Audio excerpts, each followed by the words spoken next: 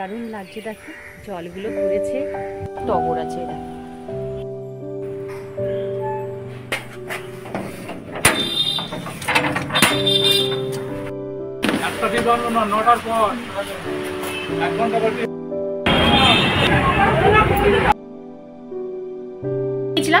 এবার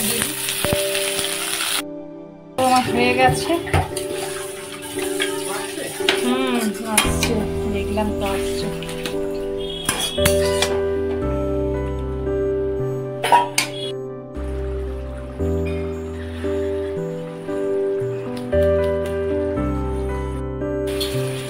দেখো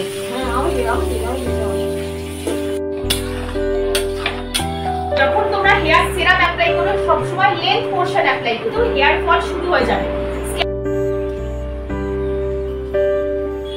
good morning everyone, welcome to my channel. আমি শর্মিষ্ঠা। আশা করি আমার সকল বন্ধুরা অনেক অনেক ভালো আছো, সুস্থ আছো। এখন ঘড়িতে বাজে সকাল 6টা। আমার কিন্তু স্নান কমপ্লিট হয়ে গেছে, একদম জামা কাপড় কেচে চলে এসেছি ছাদে জামা কাপড়গুলো মিলতে। এখন বৃষ্টিটা একটু ধরেছে তো ভাবলাম দরকার নেই বাবা, অন্তত জলটুকু তো ঝরে যাবে। সারা রাত বৃষ্টি হয়েছে, তাই দেখো পুরো ছাদ বাগান কিন্তু আমার পুরো ভিজে। তাই ভাবলাম একটু ছাদ বাগানেই হেঁটে নিই। খোলা আকাশ আর এই সবুজের সান্নিধ্যে যদি একটু সকালবেলা উঠে ফ্রি হ্যান্ড এক্সারসাইজ আর একটু হাঁটাহাঁটি করা যায়, তাহলে মনে যে কতটা এনার্জি পাওয়া যায় না, যারা করো তারা নিশ্চয়ই আমার সাথে সহমত হবে। প্রথমেই বলে দিই, আমি যে ভিডিওটা শ্যুট করলাম সেদিন হচ্ছে বিপত্তারিণী পুজো ছিল। সংসার ও প্রিয়জনদের বিপদ কাটানোর জন্য আমরা সবাই কিন্তু এই দিনটা পুজো করি। তোমরা কে কে বিপত্তারিণীর পুজো করেছো অবশ্যই কমেন্ট করে জানিও। আর এই দেখো আমার এই গোলাপ গাছের টবে দেখলাম বেশ জল জমেছে। গোলাপ গাছের গোড়ায় যদি একটু জল জমে না বন্ধুরা, গোলাপ গাছ কিন্তু মরে যায়। ওই জন্য গাছের টবটাকে একটু উল্টে রেখে দিলাম যাতে আর জল না জমতে পারে, কারণ এখন তো মাঝে মাঝেই বৃষ্টি হচ্ছে, তো ওই জন্য টবটাকে একেবারে উল্টো করে রেখে দিলাম। একেবারে দেখো রেডি হয়ে তারপরে কিন্তু পুজো দিতে যাব। আসলে কি বলো তো, যত বেলা বাড়বে না তত ভিড় বাড়বে। তারপর সংসারের তো আদার্স কাজ আছে, ওখানে যদি পুজো দিতে দেরি হয়ে যায় তাহলে সংসারের কাজ করতেও আবার দেরি হয়ে যাবে। ওই জন্য একেবারে পুজো দিয়ে নিশ্চিন্ত হয়ে তারপরে সংসারের যাবতীয় কাজকর্মগুলো শুরু করব। দারুণ লাগছে দেখো, জলগুলো পড়েছে গাছে, এই ফুলের ওপরে, কি অপূর্ব লাগছে। সকাল সকাল ছাদ বাগানে এসে ছবি তুলতে, শ্যুট করতে, আর এই ছাদ বাগানে কাটাতে কি ভালো লাগে কি বলবো। এই দেখো দারুণ লাগছে না?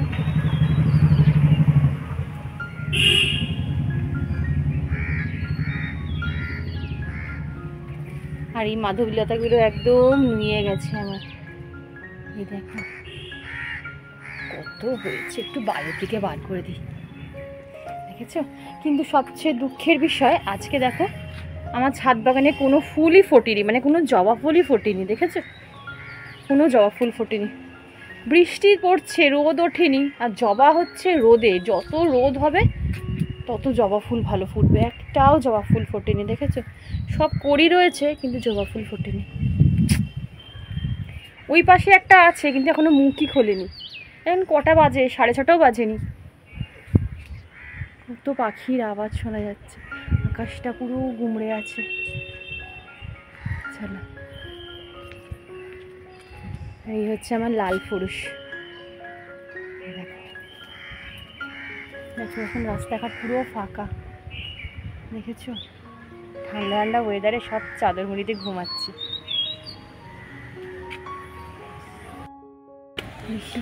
এখানে একটা টগর আছে, দেখো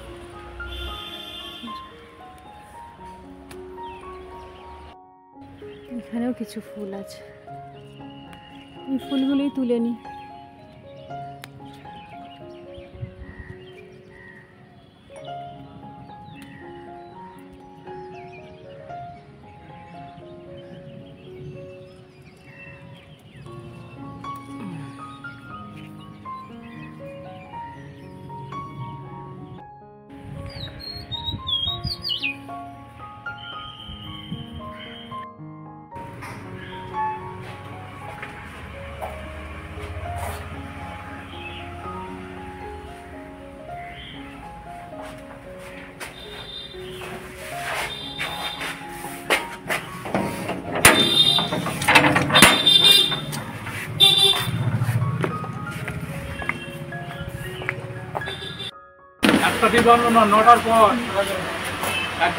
সকাল সকাল গেলে না একদম টাটকা টাটকা মিষ্টি পাওয়া যায় বন্ধুরা। সবে দেখলাম গাড়ি করে আসলো আর এই যে ট্রে করে সব রাখছে, কোনটা যে নেব আমি দিশাহারা হয়ে গেছি। সব কটাই না একদম টাটকা মিষ্টি ছিল, তো এখান থেকেই আমি একটু ঠাকুরের জন্য মিষ্টি নিয়ে নিলাম। চারটে ধাগা দেবেন দিদি, দিদি আমাকে চারটে ধাগা দিন।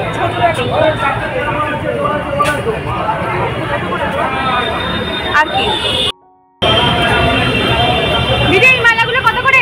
এই মালাগুলো 100 টাকা।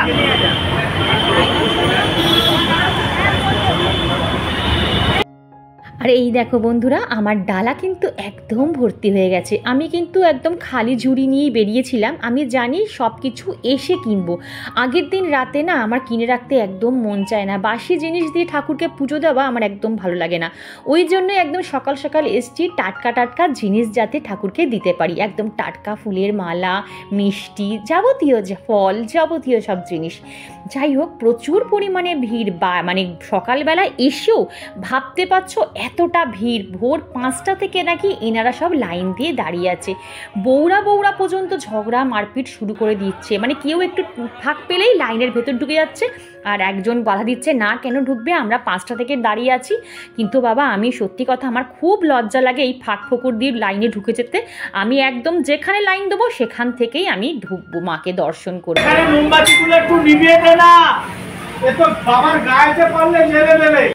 কতক্ষণ লাইন দেওয়ার পর এইবারে মাকে একটু দর্শন করতে পারলাম। তাও তো ভালো করে দর্শন করতেই পারলাম না, বাইরে থেকে পেছন থেকে এত ঠেলাঠেলি করছে, মাকে একটু নমস্কার করব কি। যাই হোক, তাও তোমাদের জন্য দেখো একটু আমি ভিডিও করেছি যাতে তোমরাও দেখতে পারো মাকে। দেখো কি সুন্দর মাকে সাজিয়েছে না, পুরো মন প্রাণ যেন জুড়িয়ে যাচ্ছে। যাই হোক, আমার পুজো দেওয়া কমপ্লিট হয়ে গেছে, তো চলো এইবারে বাড়ি যাই। আর বাড়ি যাওয়ার পথে টুকটাক কিছু জিনিস বাজারও কিনে নিয়ে যাবো। এই দেখো বৃষ্টি পড়েই যাচ্ছে দেখেছো।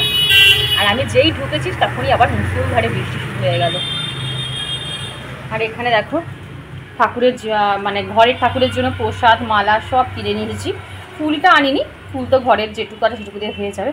একবারে কিনে নিয়ে বাজার করে তারপর ঢুকেছি। তো এখন ঘড়িতে বাজে 9:15। ঠিক আছে, তারপর একটু বাজার টাজার করছিলাম বলে দেরি হয়ে গেল। একেবারে টিফিনের বাজার টাজার করে নিলাম। এখানে কেন সাদা সাদা লাগছে, দেখে একটু এই পাশটা বসি। আর এই যে মা 1 কাপ চা করে দিল, এই একটা সুবিধা। মা আছে তো, মা চাটা করে রেখে দেয়, এসে একটু চাটা অন্তত খাওয়া যায়, বুঝেছো। তো চাটা খেয়ে নিই, তারপরে কাজে লাগবো। কি ভালো ওয়েদার, এই ওয়েদারে মনে হচ্ছে কোথাও গিয়ে ঘুরে আসি গো, তাই না মা? এই ওয়েদারে আর ঘরে যে থাকতে ইচ্ছা করে না। যাই হোক বাবা, অনেক শান্তি হয়েছে মনে। এইবারে একদম ধীর স্থির মনে সংসারের যাবতীয় কাজকর্মগুলো কমপ্লিট করে নেব। এক সময় আমাদের নিজেদের দম দেওয়া পুতুল বলে মনে হয় না? সেই যে ঘুম থেকে উঠে একবার দম লাগালে নন স্টপ কিন্তু আমাদের ক্রিয়াকলাপ চলতেই থাকে যতক্ষণ না দমটা শেষ হচ্ছে। আর দম শেষ হয় কখন? একেবারে রাতে যখন আমরা বিছানায় শুতে যাই।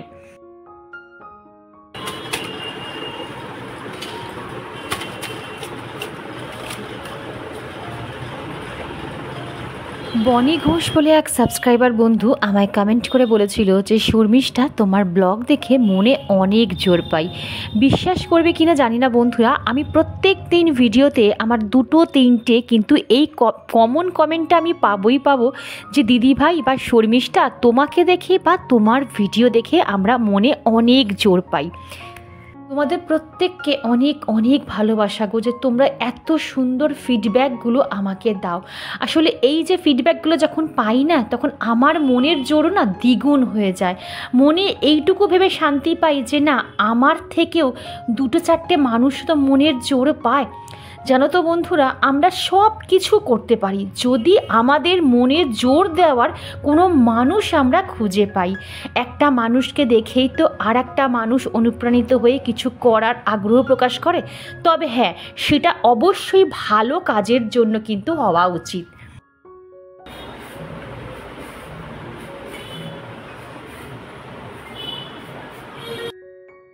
মৌসুমী মুখার্জি বলে এক সাবস্ক্রাইবার বন্ধু আমায় কমেন্ট করে বলেছিল যে শর্মিষ্ঠা তোমাকে আমার খুব ভালো লাগে। থ্যাংক ইউ সো মাচ গো, আমারও তোমাদের অনেক অনেক ভালো লাগে। তো এই তো এদিকে রান্নাঘরে চলে এসেছি ব্রেকফাস্ট বানাতে। আমি আর মা তো কিছু খাবো না, কিন্তু হাজব্যান্ড তো এমটি স্টমাকে থাকবেই না, কারণ ওর কিছু মেডিসিন চলছে, তাই জন্য ওকে কিন্তু পেট ভর্তি করেই খেতে হবে। আজকে ওকে আমি বানিয়ে দেবো চিড়ের পোলাও। যত সবজি ছিল ঘরে সব কেটে নিয়েছি, কেটে একটু ভাপিয়ে নিয়েছি যাতে আমি অল্প তেলে রান্নাটা করতে পারবো।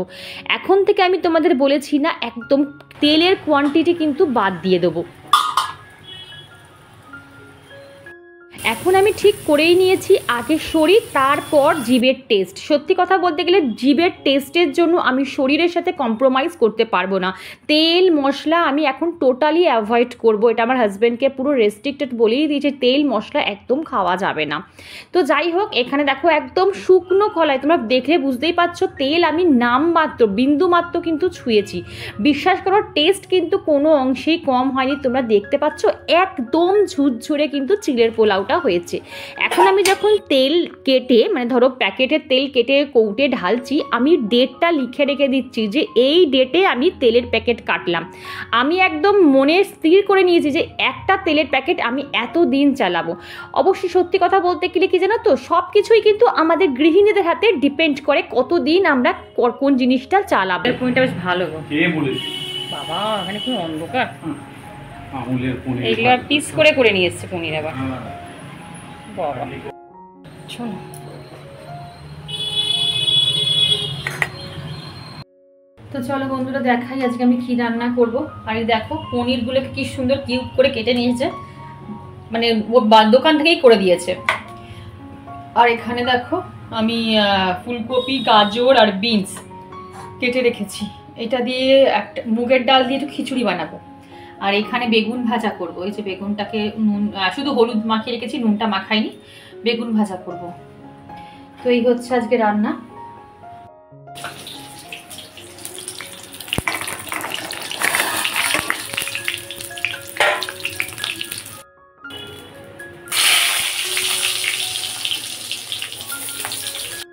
তবে কি বলতো বন্ধুরা, খিচুড়ির সাথে না একটু ভাজা না হলে একদম হয় না।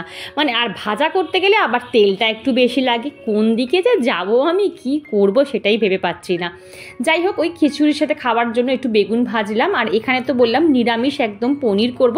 এখন আবার আমাকে হাজব্যান্ড বলছে যে অ্যাকোয়াগার্ড সারাতে আসবে, এক্ষুনি অ্যাকোয়াগার্ড সারাতে আসবে ফোন করে বলেছে। ভাবো, আর আমার অ্যাকোয়াগার্ডটা একদম কিচেনের ওয়ালেই কিন্তু সেট করা। মানে আমাকে এখন রান্না বন্ধ করে দিয়ে তারপরে বসে থাকতে হবে হাত পা গুটিয়ে কখন অ্যাকোয়াগার্ড সারানো হবে। এই টাইমে আসলে হয় বলো? আবার এখন যদি না করে দিই তাহলে আবার কবে আসবে তার ঠিক ঠিকানা নেই। কারণ এখন বর্ষাকাল, কেন জলের খুব সমস্যা। ওই জন্য ভাবলাম না বাবা দরকার নেই, আমি তাড়াতাড়ি করে রান্নাটা সেরে নিই, তারপরে আস্তে ধীরে সারানো যাবে।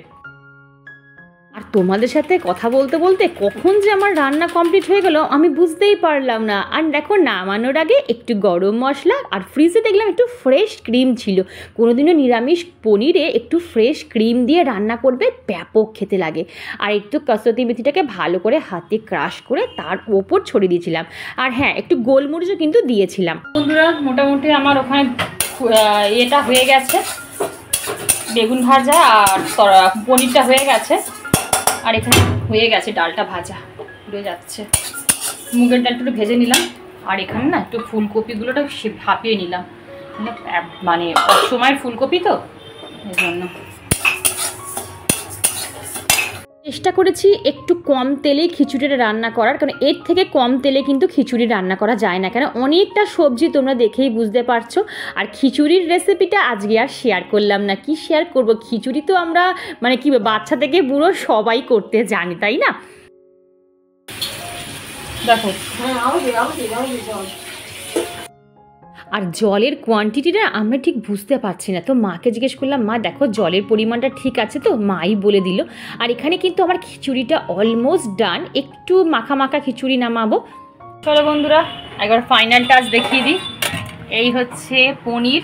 পনিরটা জানি না কেন এরকম ফ্যাকাশে দেখতে লাগছে, বাট অরিজিনাল কালারটা কিন্তু বেশ সুন্দর আর তেমন গন্ধ বেরিয়েছে। সেই একটা কথা আছে না, ঘ্রাণেন অর্ধ ভজনও, সে হয়ে গেছে অবস্থা। আর এই তো এখানে বেগুন ভাজা রয়েছে।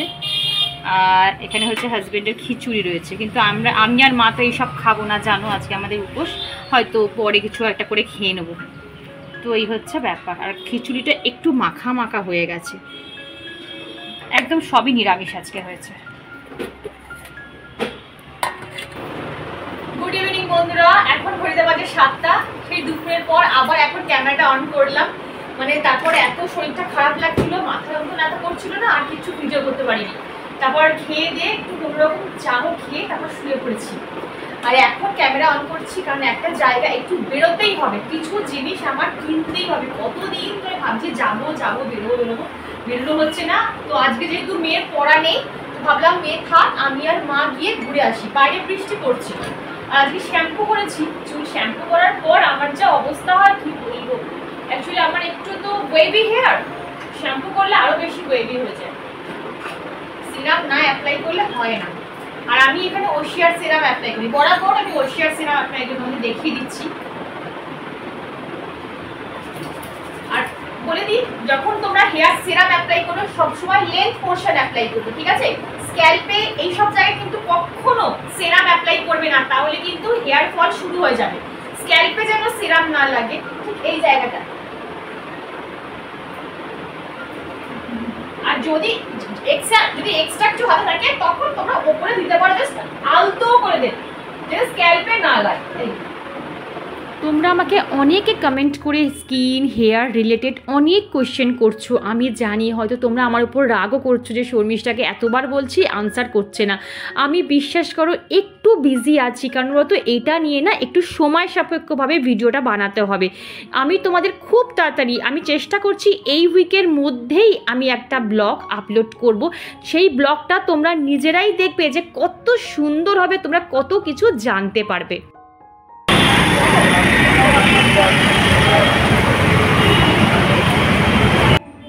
আজকে আমার কপালটা যে কি ভালো বন্ধুরা, সকালটা শুরু হলো মায়ের দর্শন দিয়ে, আর আজকে দিনটাও কিন্তু শেষ করলাম মায়েরই দর্শন করে।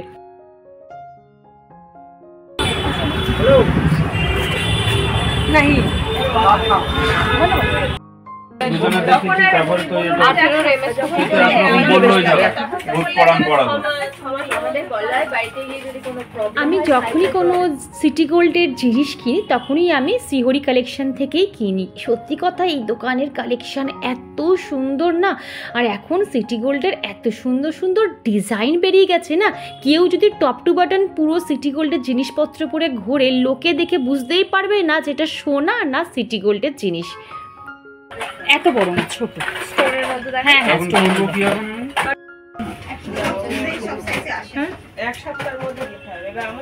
ঠিক আছে গো মা, এটা ঠিক আছে। কতটা আছে সেটা, এটা ভালো লাগছে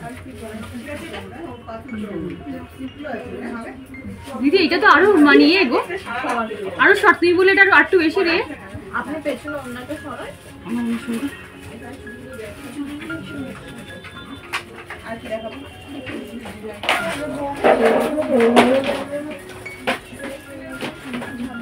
না, বেশি বড় বড় জিনিস একদম পছন্দ না। তোমরা যারা আমার ডেইলি ব্লগ দেখো বা পুরনো সাবস্ক্রাইবার, তারা তো দেখেছো আমি আজ পর্যন্ত কোনো বড় বড় দুল বা বড় হার, হেভি জুয়েলারি আমি কখনো পরতে পারি না। আমি একদম সিম্পল ছোট্ট ছিমছাম জিনিস পরতে না বেশি পছন্দ করি। তো এখান থেকে আমি মঙ্গলসূত্র নিয়ে নিয়েছি, কি নিলাম না নিলাম অবশ্যই কিন্তু তোমাদের আমি পরে ব্লগে শেয়ার করব। দুটো নিয়ে নে, একটা কালো নেই, একটা নানা রকম কালারের নেই।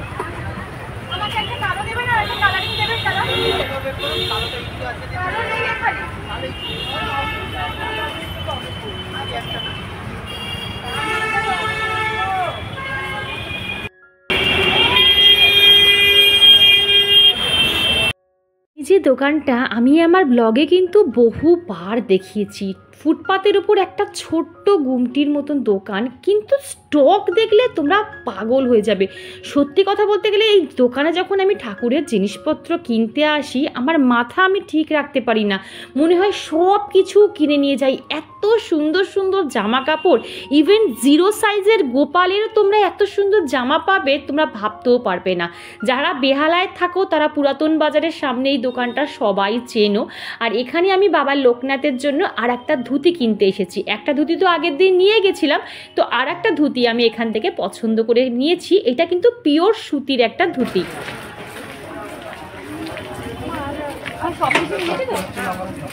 কিছু ভুলে যাচ্ছি না তো?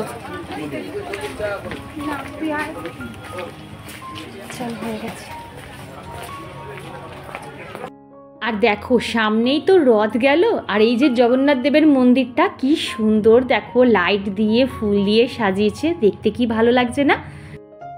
জাস্ট না বাড়িতে এলাম, আর এখন ঘড়িতে বাজে প্রায় 9:45, আর আমি ফোন চার্জ দিয়েছি বলে এইখান টেবিলের সামনে দাঁড়িয়ে আছি, চার্জারের সামনে দাঁড়িয়ে আছি, মানে পুরো লো ব্যাটারি, চার্জ করলে সুইচ অফ হয়ে যাবে। তো ভিডিওটা শেষ করার জন্য আমি ক্যামেরাটা অন করলাম। তো কী কী কিনেছি সেটা তোমাদের সাথে অবশ্যই নেক্সট ব্লগে দেখাবো, কি কিনলাম না কিনলাম তোমার সাথে সব শেয়ার করবো। তো চলো ভিডিওটা আজকে আমি এইটুকু রাখছি। ভিডিওর কোনো অংশ ভালো লাগলে চ্যানেলটা সাবস্ক্রাইব করে পাশে দেখো, লাইক করো, শেয়ার করো, কমেন্ট করতে একদম ভুলো না। আর সাইডে যা ঝুলঝুল করছে সব ইগনোর করো, কেন কিছু করার নেই। তোমরা তো জানো আমাকে এই দিক ওদিক করেই দিয়ে দিতে হয়। বাইরে বৃষ্টি পড়ছে, তবে এখন একটু বৃষ্টিটা কম, কিন্তু এখন তো আর বাইরে গেলে শুকাতে দিতে পারবো না। দুপুর থেকেই এখানে শুকাচ্ছে, এখানে তলায় জানো। তো চলো টাটা। আর হ্যাঁ, লাইক করতে কিন্তু একদম ভুলবে না, কমেন্ট অবশ্যই অবশ্যই একটা করে কমেন্ট করবে। টাটা।